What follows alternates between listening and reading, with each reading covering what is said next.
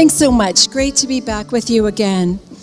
So what we're going to look at are some of the aspects perhaps that you can think about if you're working to deepen your work with parent engagement. So getting it established and then going a little bit deeper. What are some of the steps or what are some of the things that you may want to think about in relation to that? So as I was saying just prior to lunch, I believe that the starting place is always looking at our own beliefs and assumptions. That's a really important piece. So I'll just touch on that briefly. I'll give you a few bullets and then I'll revisit just to add to those. So looking at beliefs and assumptions, really challenging some of our taken for granted notions can be important. Creating a welcoming school environment is a huge piece. We believe, if we work in schools, we often believe our schools are very welcoming, and then parents will say, hey, I don't find it that way. So what is it about our schools that is welcoming? What things could we perhaps take a look at to make them more welcoming for parents? And again, thinking about some of our parents who have a distance from school. Maybe they have a history of marginalization. Maybe they're newcomer parents and they don't understand how our schools work. We have particular things we can pay attention to there as well. Building trust in relationships. I heard that in all of the beautiful presentations earlier this morning. This work is about relationships. That's really what it's about. And as soon as we have a relationship, we're going to figure out things so much more easily. We're going to overcome obstacles more easily and so on. So that relationship piece is really critical. We have to schedule time, those of us who work in schools, to learn from parents. If we believe parent knowledge is important, if we believe families have stories to share with us, that we can use information in our curriculum making and in our work in schools, we need the time to hear those stories, to learn about that parent knowledge. And again, it isn't going to happen if we don't build it into what we're doing. We have to rethink taken for granted practices. So often we do things because we always did them. There's a meet the teacher night at the beginning of every school year. Why? Because there always has been. Do we stop and think about it and say, does this make sense? Is there something else we could do instead? Is this the best thing for us to be doing? And then again, we have to engage in learning as you are today, whether that's professional development like this, whether it's having a book club and reading about parent engagement, whether it's your own study online, whether it's going to a conference like the ERACI conference. Again, we can't do things we don't know or don't understand. So how do we engage and enhance our own learning in order to be good at this work? Some of it comes naturally, some of it doesn't. So those are the points that I'm going to work through in the next few minutes with you. So an activity for you. I have two teachers. I've just called them Teacher A and Teacher B. I mentioned Teacher A earlier today. I talked to you about how she's having parents come into her class and read in their own languages. So reading in Russian, reading in Urdu. That's something that she's got going on. She said that she had parents plan a unit on celebrations with her. She had them come in just like this, tea and coffee, talk to them about what they celebrate in their families. And because, again, it's a diverse public school, the celebrations aren't like perhaps they might be in a Catholic school where they're more similar. They can be quite diverse. So she learned from them what they celebrate, and then together they built that into the focal points of the unit. She has kids coming into her class every day, working with small groups of kids, kind of like the parent mentor program, but not formalized. They're just there with her in the classroom working alongside. So think about what her beliefs and assumptions might be about parent engagement or about working with parents. So just thinking inside your head. Now Teacher B. We have a different teacher. Teacher B is saying, it's really unfortunate, but the parents just don't have the skills to help. They don't have the skills to help their kids. They don't have the skills to help me in the classroom. She said, the parents have just too many other priorities. They're working, they have social things to take care of, and so on. And she said, I just can't get them to come in.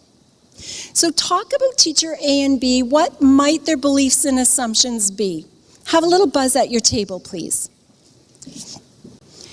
Quick hand up. Teacher A's beliefs or teacher A's assumptions about parents. What do you think they are? Okay, someone with a big loud voice shouting out. What do we think teacher A believes? Nice loud voice. Go for it.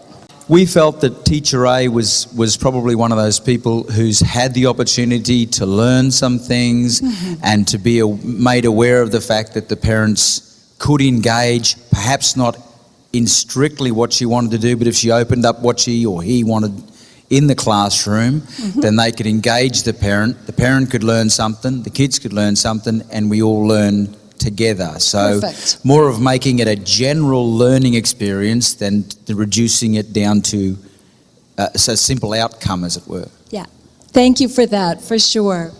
What else that was perfect, thank you. What else might teacher A believe? Thank you. Lisa. I think teacher A believes that parents want to help. Yeah, I agree with you. One more thing. What else might teacher A believe? Or assume? Yeah, I was going to say, this table's awfully quiet. Okay. I think teacher A believes in values, that everyone is unique and different, and that we should all embrace that. Perfect. So they don't have to come in looking like her. They have other things that they can offer that are unique to them. Beautiful. Teacher B. What does teacher B believe or assume, please? Thank you. I believe that teacher B probably doesn't have an open line of communication in themselves to be able to reflect that to the parents, perhaps. Okay. So more focused on her own work. Is that what you're meaning? Yeah. So I've got a handle on this here. Someone else. Here we go. I feel she might take it upon herself, like as self-criticism, that she's not doing a good job, and therefore these, parents, what do they know, kind of thing. I know better. Okay. So maybe a bit of a sense that I'm the one with the expert knowledge. Okay. Here's the kicker on this one. I'm just going to go forward. Sorry, I know there were more hands up. How do you feel when I tell you these two teachers are job sharing a classroom? It is true. Same school, same children, same families, same classroom. So what's important about that is who we are. So those of us that work in schools, we can look outward like teacher B did and say, these parents can't read, these parents don't speak English, these parents don't care, these parents are too busy, these parents, right? And how far does that get us? Not very far, right? The critical part of this work is that we have to look inward at ourselves. The only person I can change in this world is me. So that's the person I have to look at. So often when we hear that term, for example, helicopter parent, first of all, I don't believe in helicopter parents. I don't believe there is such a thing. I think if as teachers we looked inward, the helicopter parent has a need that isn't being met. The reason a parent would hover is because they have information needs, they aren't being listened to, they're not being heard, they're not giving a place or voice. That's typically what it's about. That parent from hell that you hear about is someone who's been marginalized often. Someone, again, who had a concern that wasn't heard, wasn't listened to. So I believe a big part of this work that we're doing with parent engagement is looking inward at ourselves. Who am I alongside parents? What do I believe? Am I really inviting? Am I listening? Am I attending? And how do I begin to do that work? I know schools that have spent a whole year just talking about their own beliefs and assumptions and really working those through and developing some value statements in order to move forward with their parent community or their families. It's big work. It's critical work. And so we don't want to overlook this important piece of it. And then welcoming and hospitality. We're told often, oh, we have an open door policy. You're always welcome. Come anytime. And then when we arrive as parents in some of the schools, these are signs that I took in my own city. I drove around with my camera and took photos. Some of them are my own kids' schools when they were in school. Some are university campus, other schools in our city. This is the message we send. So again, for a parent who feels some distance already with school, this keeps that person away. So one of the things here I think we can do is a bit of an environmental scan or an environmental audit. If we each go back to our own school, walk around the grounds, go in and out of every door, in and out of every gate, up and down all the hallways, and look at what the signs say. Are we as welcoming and hospitable as we think we are? What could we do differently, perhaps, to have that become a more welcoming place? So another piece of important work is to really look at our building as if an outsider might see it, not as we see it when we walk in and out all the time and we're familiar with it. These are some things that schools have done to become more welcoming and hospitable. Up in the left-hand side, I've taken this off Twitter. Erica Helfrich is a teacher that I've been working with. And she's made, I don't know if that's too dark for you to see, it says, "Welcome to family coffee." So she has a coffee pot right inside. You can see there as you come in the classroom, there's a nice big cozy armchair. And on Twitter, she had written, "All kindergarten families are welcome to stay for family coffee at the beginning of every school day." So she's created that environment. So her words have said, "You're welcome." Her actions have said, "You are welcome. I have a place for you to sit. I have coffee on for you. I have made a space for you to be a part of my classroom." The one in the top right is from Townsville after I had visited there last year. Colette Williams is the principal at St. John Bosco Catholic School in Collinsville. And we'd done some work together up there, and she went away, ordered furniture, revamped her foyer of her school right away. And there was a couple of moms there when the furniture arrived, so they helped her unpack it and make a bit of a cozy corner, and they're sitting there. Other places we see that have been made to look more like a home. Right? Often in our homes, we have our family photos, we have plants, we have lamps. Do our schools look like that as well? Are they welcoming places, places that people want to linger? Are they culturally reflective? Are the pictures on the walls, are the signs and symbols reflective of the cultures of the families who attend your school? Another important piece. Are family photos posted if we say this is a place for families? Third one, trust in relationships. And again, all of you know that. I've heard it multiple times today already. This was a story told by again, she was a woman that I'd worked with. She's in the early childhood area. So she's an instructor who works with people to work in daycares. She's a teacher in that area. And so she uses this story. I've never met you before, right? Imagine I walk in here, I'm looking around, I need somewhere to put my wallet. I hand it to you and say, "Will you take care of this for me?" And I go off for the day and do whatever I need to do. You've got my driver's license, my passport, my credit cards, my birth certificate. How many of us would just hand our wallet to a complete stranger? I'm not seeing hands shooting up all over. And yet, we take a child to a school. I give you my child, I've never seen you before. The most precious thing in my life, I leave my little person with you, and I go to work. What kind of trust does that take? Right? So how do we begin to have those relationships? Carrie and her intern went to each home, dropped by, took the lolly bag, gave the postcards with their pictures and information on it, said, here's who I am.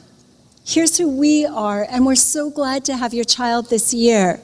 So then when Mike comes, at least there's a bit of a connection. He isn't leaving one of his precious little girls with a complete stranger. And then how does that trust and relationship continue to build in depth over time? Another important piece. So in some of the work that I've done where I've written about this notion of a pedagogy of walking alongside, I've used the concept of accompanying. So that comes from some work actually in the area of theology from Green and Christian, and that they define accompanying more as a state of mind than a set of skills. So again, when I accompany you, it isn't just about the skill set or what I do. Again, it's about those beliefs and assumptions. So that notion of a pedagogy of walking alongside is building on that concept that I accompany you. So an expression of that notion that I am with you. It doesn't always mean physically with, but I am with you in my heart. I'm with you in this work we're doing together in a school. I'm with you in the teaching and learning within this particular school. So when we begin to accept this notion of accompanying as our way of being, how then does that change all kinds of other actions, events, procedures, and so on that we have currently living out in our schools?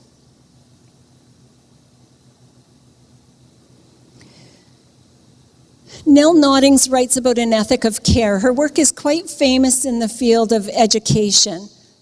And she talks about both caring for and caring about. And we're all teachers and parents in the room. We have a really good understanding of what caring for means. Taking care of the needs of physically, socially, emotionally, and intellectually, and so on. That's the caring for. And then she talks about this notion of demonstrating caring about. So she talks about that as a fellow feeling for others. It's a bit of a sense of social justice or concern for greater issues. A sense of compassion. So sometimes families are struggling with specific things or they have challenging circumstances going on. The reason that Jennifer was having her coffee with the VP class by class by class was because she generally cared about them. Who were they? What were their life circumstances? What was happening? How could she connect with them and have them connect with the school? So as we work to schedule time to learn from parents, as in Coffee with the VP, how do we approach that learning from parents, scheduling time to learn from parents as an act of caring about? I teach an undergraduate class. It's a class for students who are becoming teachers, and it's a course called Community Education. So in Saskatchewan, community schools are schools who are designated when they are located in a low socioeconomic area, kind of the schools that are the lowest of our socioeconomic, high percentage of Indigenous families, other complexities that are at play there. So when we've had that course, we look at kind of 4 strands: parent engagement, we look at understanding living and working in contexts of poverty, we look at culturally responsive programming for our Indigenous kids and families, and our culturally responsive programming for our newcomer kids and families. And so I've put some quotes up there. At the end of the course, we often do what I call an essential conversation. We'll sit in a group. I borrowed the title Essential Conversation from Sarah Lawrence Lightfoot. She has a book of that name.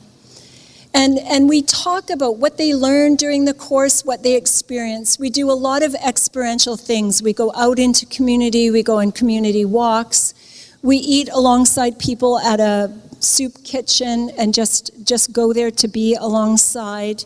We work in a core neighborhood health clinic serving food and coffee and so on.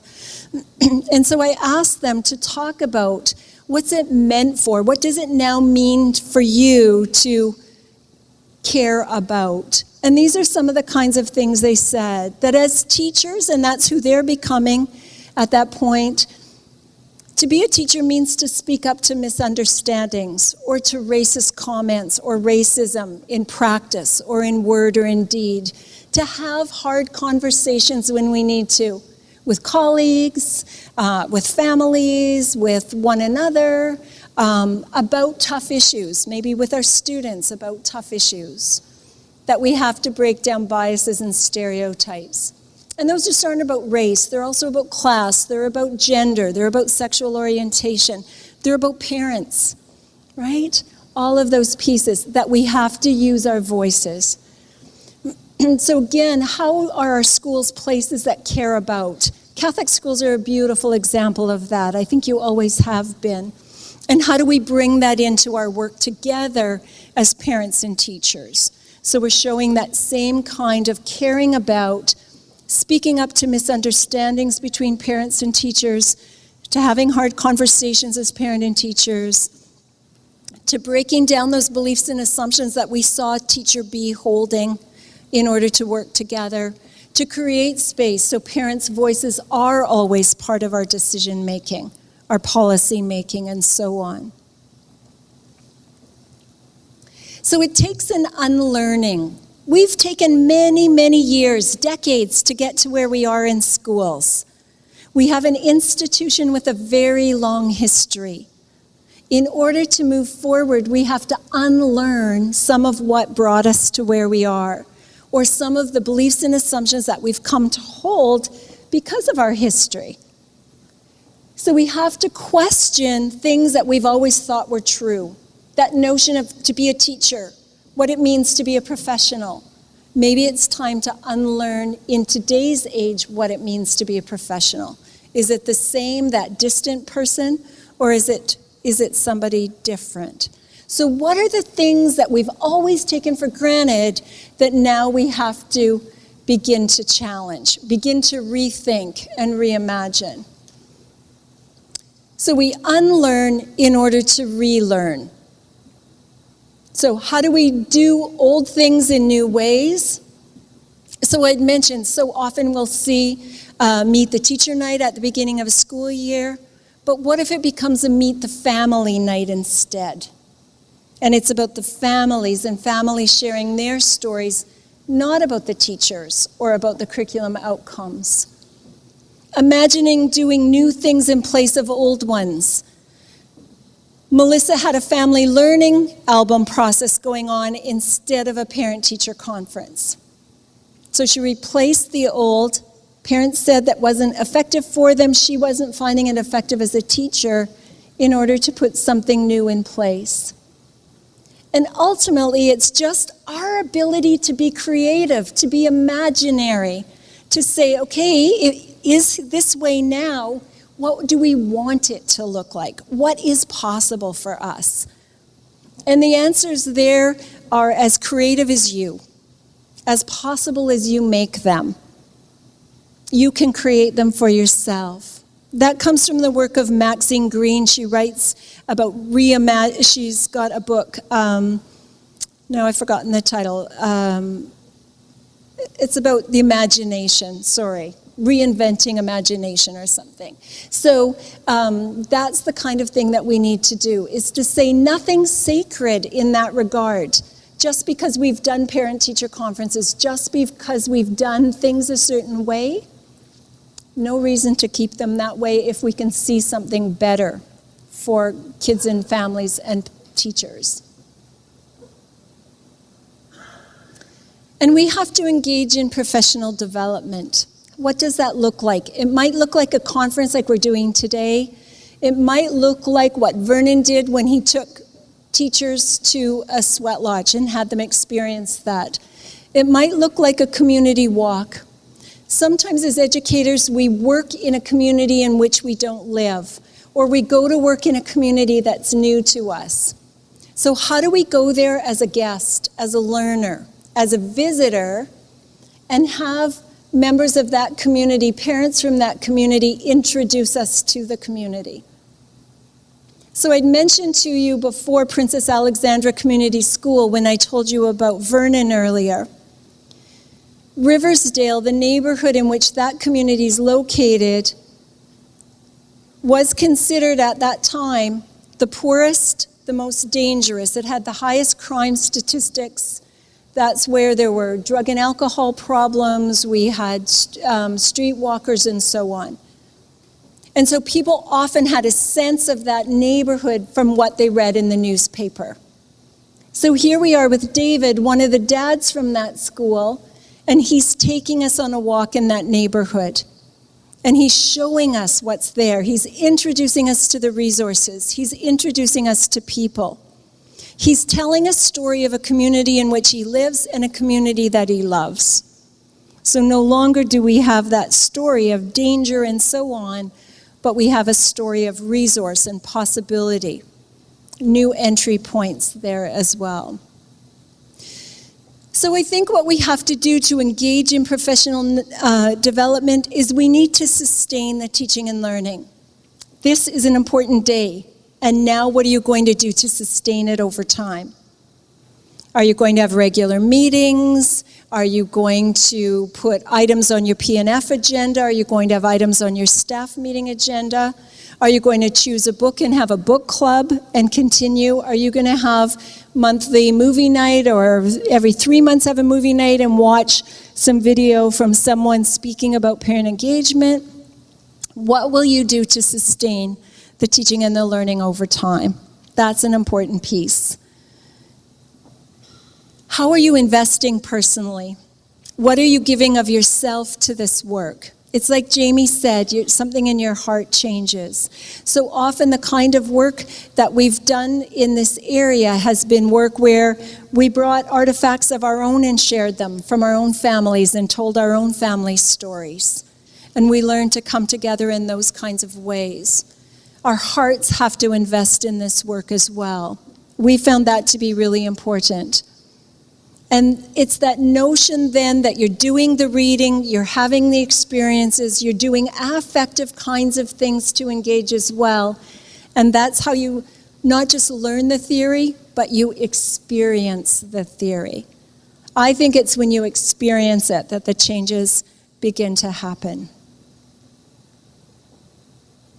So Ryan Dignan, one of the teachers that I worked with first as an undergrad and then as a graduate student, so he's a teacher of a few years now, he had said, sometimes we see ourselves as having to live up to something. He was talking as a new teacher. I come out of teacher education, and I feel like I've got to have it all together. I have to know my stuff. I have to be in control. I have to know the curriculum. I have to understand different teaching and learning styles. So we have something that we have to live up to. But that almost creates the gap, he said. We're trying to live up to the professional, but what we really need to live up to is the person to person. What I would add to Ryan's words is the professional is the personal to personal, right?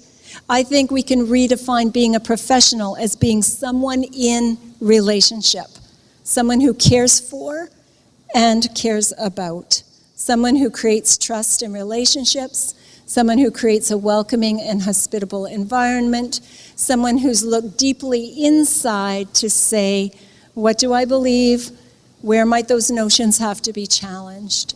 That's what I believe takes this work deeper. That's the kind of commitment, investment I think it takes to move us from those random acts to something that's sustained. It becomes a part of the fabric of our schools, and it becomes a part of the fabric of our P&Fs, fabric of our community.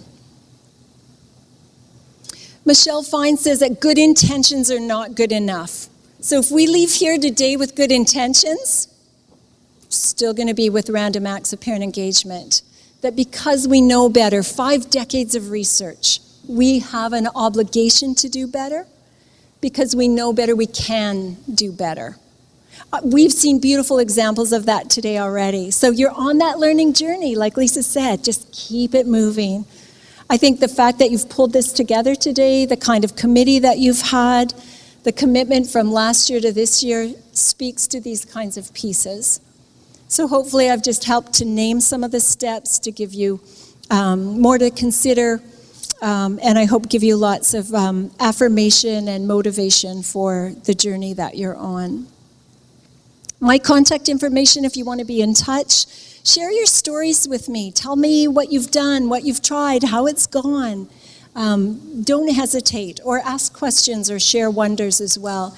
I always love to hear where people are at with things. And there's that Twitter handle again. Get out there, join that gentle revolution so that we can make a difference to this beautiful world that we live in. So thank you for your time today.